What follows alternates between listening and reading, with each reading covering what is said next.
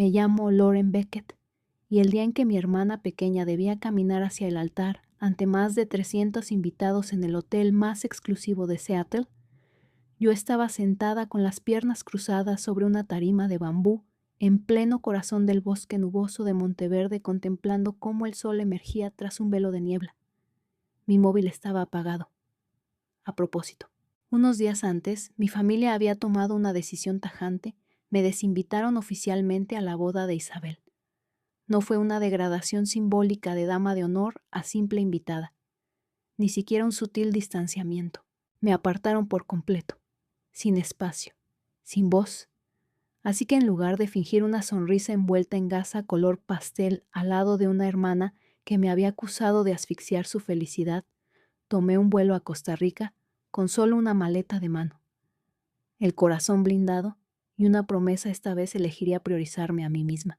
Recuerdo aquella mañana con una nitidez casi mágica, la luz dorada rozando las copas de los árboles, el aroma terroso y húmedo que quedaba tras la lluvia, y una serenidad que no había sentido en meses. No estaba triste, ni siquiera enfadada. Solo me sentía libre. A menudo te dicen que cortar lazos con tu familia es egoísta, que alejarte es una forma de rendición. Pero yo descubrí algo distinto. Elegir la paz por encima de una vida construida sobre el dolor no es debilidad, es coraje. Lo que no sabía aún mientras saboreaba café negro en la terraza junto a dos desconocidos del alojamiento era que aquella boda de la que me habían apartado, borrándome, silenciándome por atreverme a cuestionar lo evidente, ya se estaba desmoronando sin mí. Y cuando por fin volví a encender el móvil, no era que me estuvieran llamando, me suplicaban. Pero antes de que escuches lo que ocurrió exactamente en ese momento, déjame llevarte atrás, donde todo realmente empezó. Si alguna vez te has sentido traicionada por tu propia familia, obligada a sonreír mientras el alma se te deshacía por dentro, deja un comentario. No cuento esto para buscar lástima, sino porque quizás tú también hayas sentido lo mismo alguna vez. Nací y crecí en Bellevue, Washington, junto a mi hermana Isabel. Éramos al menos en apariencia las hijas perfectas. Nuestros padres, David y Marcia Beckett, eran de esos matrimonios obsesionados con la imagen, tarjetas navideñas listas en septiembre, vacaciones familiares organizadas por hojas de cálculo y sonrisas perfectamente medidas para cada vecino. Desde fuera, nuestra familia era impecable. Una casa frente al lago, clases de tenis, vestidos iguales cada Pascua. Pero entre esas paredes había un desequilibrio sutil, casi invisible, pero constante. Yo era la hija responsable, la que sacaba sobresalientes adicta desde pequeña a los rompecabezas lógicos con una agenda milimétricamente ordenada desde sexto de primaria. Entré en Stanford con una beca por méritos, me gradué antes de lo previsto en informática y tenía un empleo fijo en una empresa tecnológica de Seattle antes de cumplir los 23.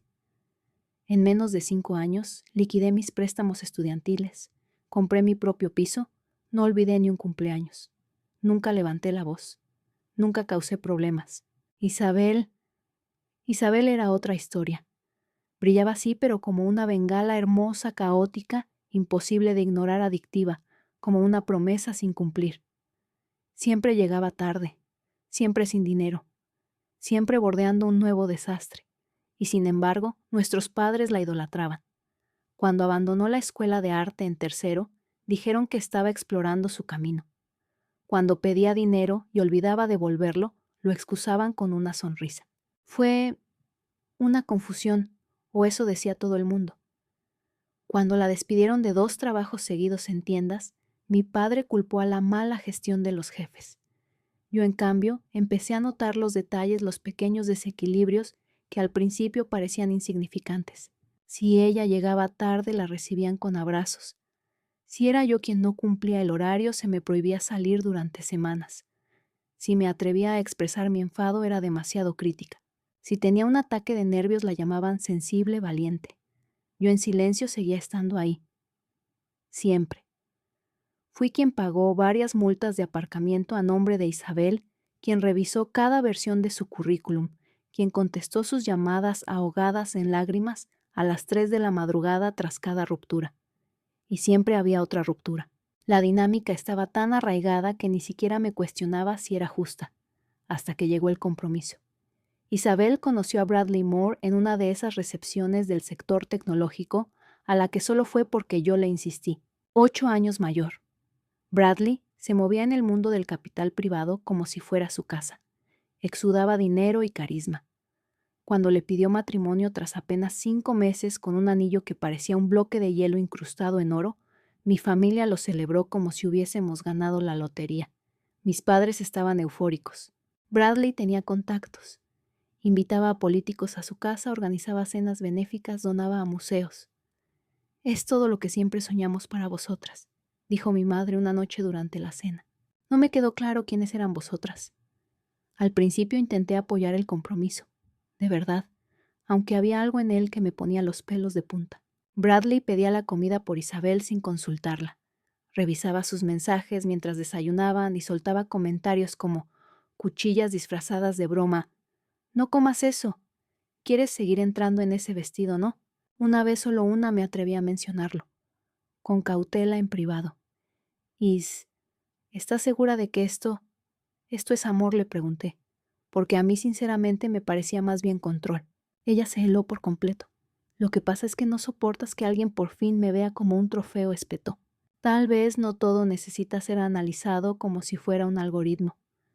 Tal vez no todos necesitamos gestionar nuestras relaciones como si fueran entregas de un proyecto ágil».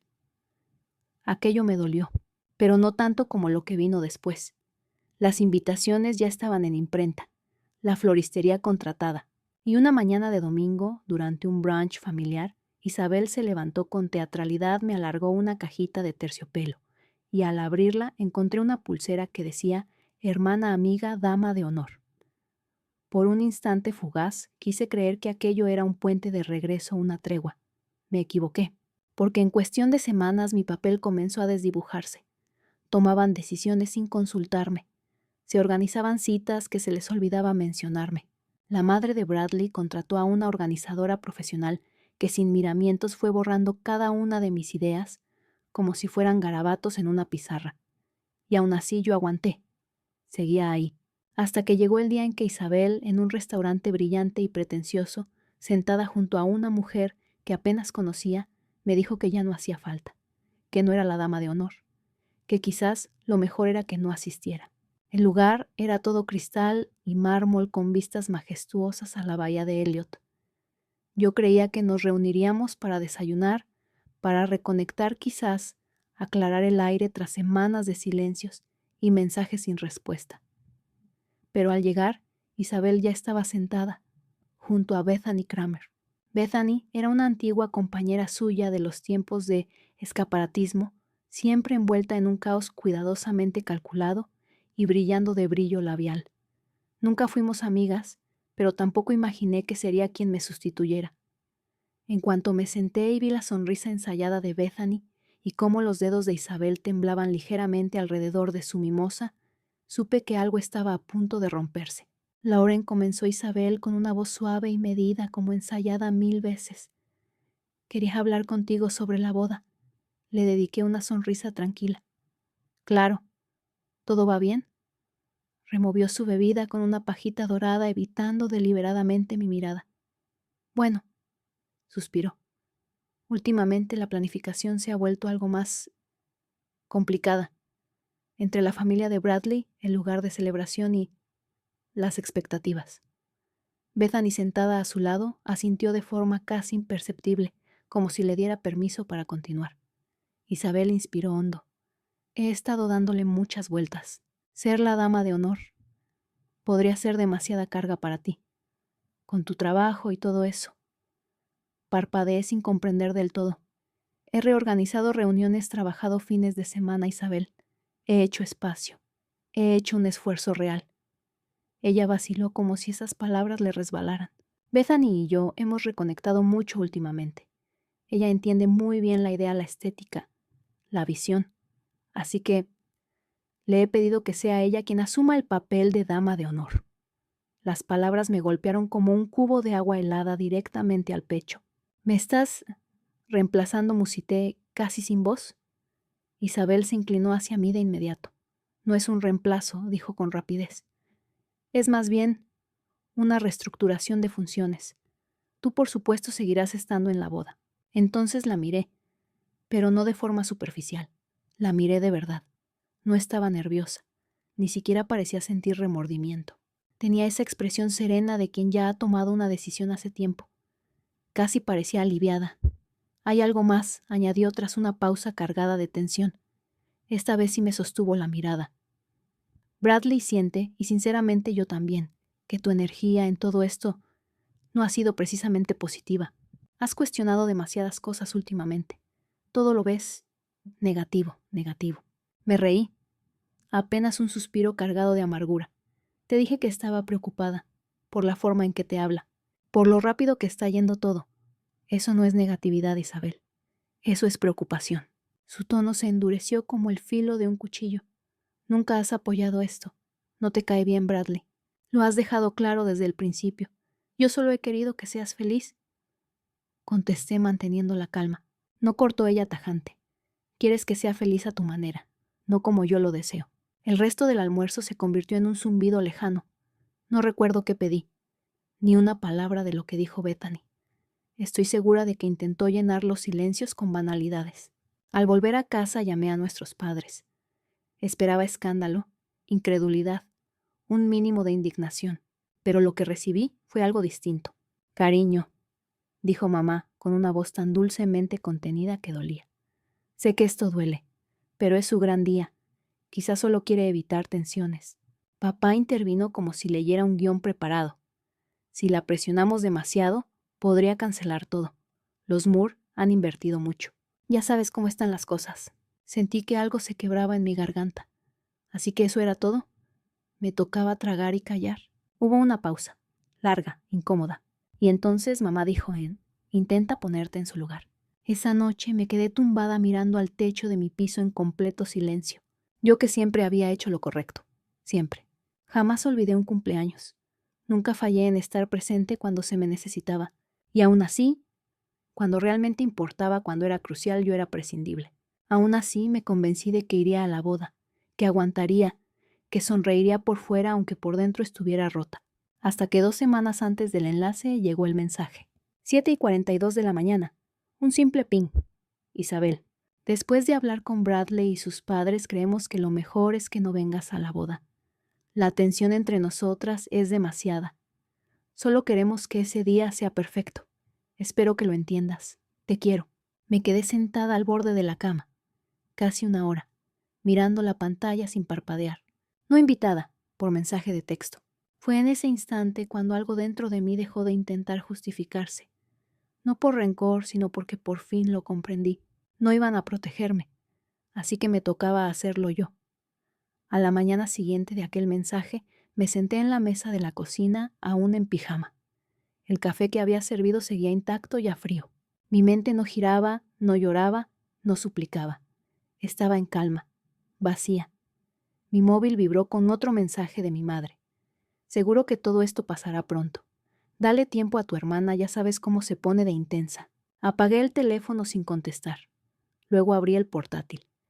En menos de 1 hora tenía reservado un viaje de 10 días en un ecoalojamiento perdido entre las nubes del bosque de Monteverde en Costa Rica. Usé exactamente la cantidad que había estado ahorrando para el regalo de bodas de Isabel. Me pareció una especie de justicia poética. Cuando le conté a mis padres que no iría a la boda y que de hecho ni siquiera estaría en el país, mi madre se quedó muda. «Te vas», balbuceó. Sí, dije con una serenidad cortante. Todos habéis dejado muy claro que no soy bienvenida, así que voy a un sitio donde sí lo soy. ¿Y si Isabel cambia de opinión?, preguntó mi padre casi como una súplica. Ya ha dejado bien claro lo que quiere, respondí, y esta vez he decidido escucharla. Llegué a Costa Rica 3 días antes de la boda. El aire era denso, húmedo, perfumado por el aroma salvaje de las orquídeas. Mi habitación no tenía televisión, ni aire acondicionado, ni distracciones. Solo grandes ventanales abiertos al bosque y una pequeña terraza de madera donde los colibríes danzaban cada mañana. Apagué el móvil, lo metí en la caja fuerte y cerré con llave. Durante años nadie supo de mí, y esa invisibilidad fue una bendición. Mis días transcurrían entre senderos envueltos en niebla espesa, el canto húmedo de la selva y los monos que saltaban entre ramas con una libertad que me hería y me sanaba a la vez. Me apunté a clases de yoga al amanecer a pesar de no haber pisado una esterilla en mi vida. El instructor, un americano enjuto de piel curtida por el sol, se llamaba Javier. Hablaba con una lentitud casi ceremoniosa, su voz tenía esa mezcla extraña de ternura y peso. Una mañana, mientras el sol acariciaba tímidamente las copas de los árboles, dijo: «Tu cuerpo está aquí, pero ¿dónde está tu mente? ¿Sigue luchando contra los fantasmas de allá lejos?».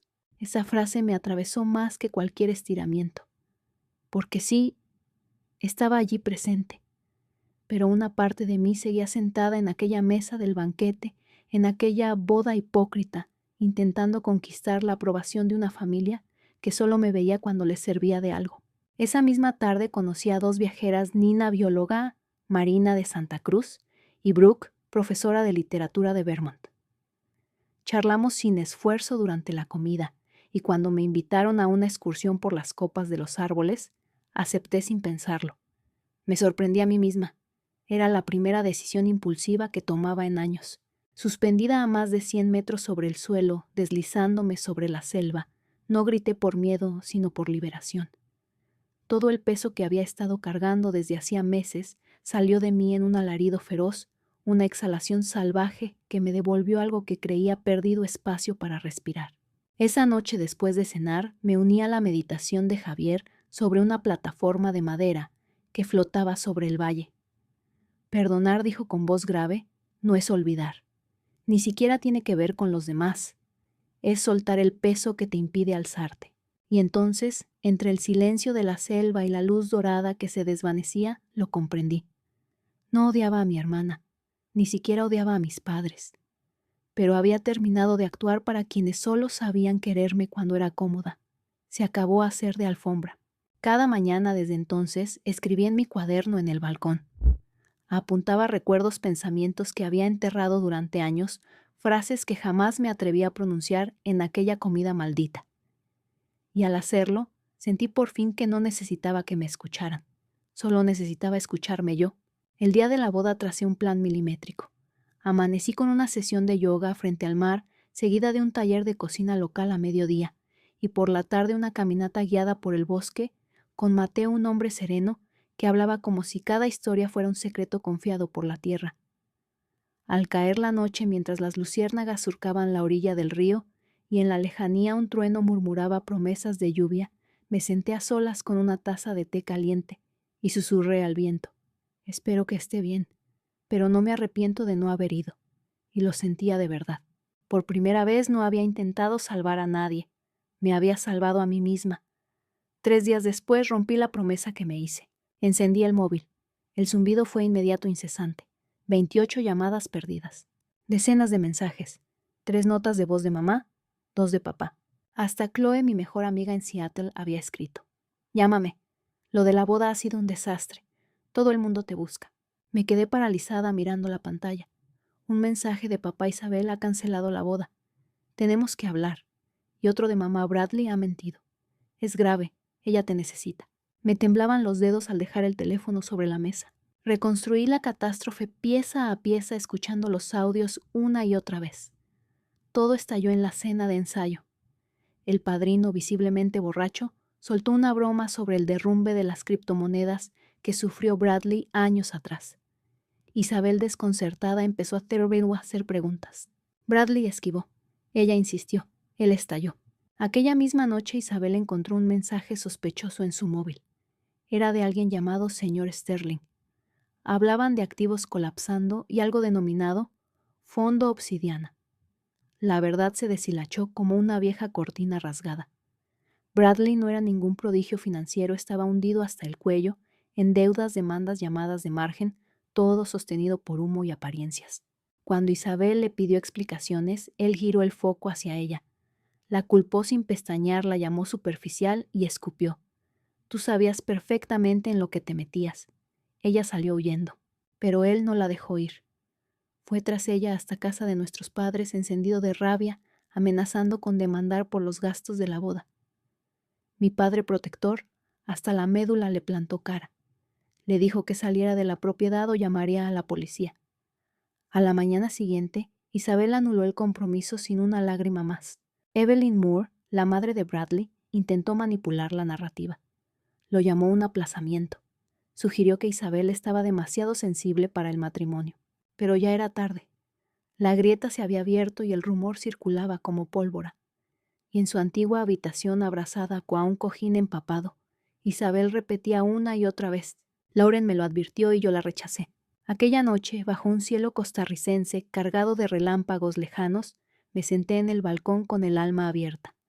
No solo me habían dejado fuera, me habían acallado. Y ahora querían que volviera. Escribí a nuestros padres y estoy bien, mañana cojo un vuelo de regreso. Pero tenéis que entender que ya no soy la misma persona que se marchó. Y entonces apagué el móvil de nuevo. No estaba lista para sostener a nadie. No aún. Cuando mi avión aterrizó en Seattle no corrí. No llamé desde la zona de recogida de equipaje. No dejé que la culpa me devorara. En lugar de eso regresé a casa, me preparé una infusión caliente, me di una ducha larga y me metí en la cama. Dormí del tirón durante 10 horas sin sueños, sin sobresaltos. A la mañana siguiente, crucé el umbral de la casa de mis padres sintiéndome como alguien a quien nunca habían llegado a conocer del todo. Mi madre me abrazó apenas abrí la puerta con los ojos ya empañados en lágrimas. Mi padre se quedó a un lado callado, más encorvado y envejecido de lo que recordaba. Isabel está arriba, susurró mamá. No ha salido de su habitación desde todo aquello. La veré, respondí con calma. Pero antes necesito hablar con vosotros dos. Nos sentamos en el salón, ese mismo salón, donde años atrás me pidieron que intentara comprenderla. Esta vez no hubo concesiones por mi parte. Permitisteis que me desinvitara, y cuando llamé rota llorando, vuestra única respuesta fue que lo entendiera. Necesito que sepáis que ya no voy a ser quien siempre desaparece para mantener la paz. Papá bajó la mirada como si le pesaran los años de silencio. Mamá asintió avergonzada. Tenías razón, murmuró, y fuimos unos cobardes. Inspiré hondo. Estoy dispuesta a reconstruir algo con vosotros, pero no será como antes. No voy a volver al papel de siempre. No soy vuestra mediadora. Y con eso subí las escaleras. Llamé a la puerta suavemente. Soy yo. Silencio. Luego el leve crujido de unas sábanas moviéndose. La puerta se entreabrió. Isabel estaba ahí en pijama con el rostro hinchado y los ojos enrojecidos. Me miró un segundo eterno, y luego se desplomó sobre mí sollozando, con un dolor que no buscaba perdón, solo consuelo. Aún así has venido, murmuró entre lágrimas. Después de todo lo que hice has venido. He venido, respondí en voz baja, pero esto tiene que cambiar. Ella asintió empapada en arrepentimiento. Lo sé. Lo siento. No quería admitir que tenías razón. Yo tampoco quería tenerla, confesé. Hablamos durante mucho tiempo.